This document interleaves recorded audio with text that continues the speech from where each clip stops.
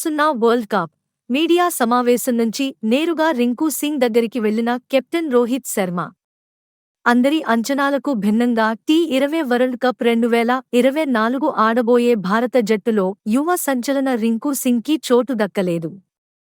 దీంతో BCCI selection కమిటీపై తీవ్ర విమర్శలు వ్యక్తమవుతున్నాయి. అయితే కెప్టెన్ రోహిత్ శర్మ మాత్రం అందరినీ ఆకట్టుకునేలా రింకు సింగ్కి ఓదార్పునిచ్చేలా వ్యవహరించాడు. భారత జట్టు ఎంపికను సమర్థిస్తూ chief selector Ajit Agarkar, captain Rohit Sharma ఇద్దరూ గురువారం ముంబైలో మీడియా సమావేశం నిర్వహించారు.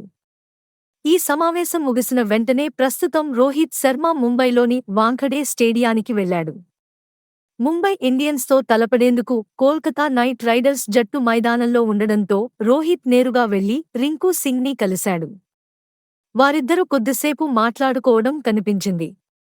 ఇందుకు సంబంధించిన వీడియోను ముంబై ఇండియన్స్ జట్టు ఎక్స్ వేదికగా షేర్ చేసింది.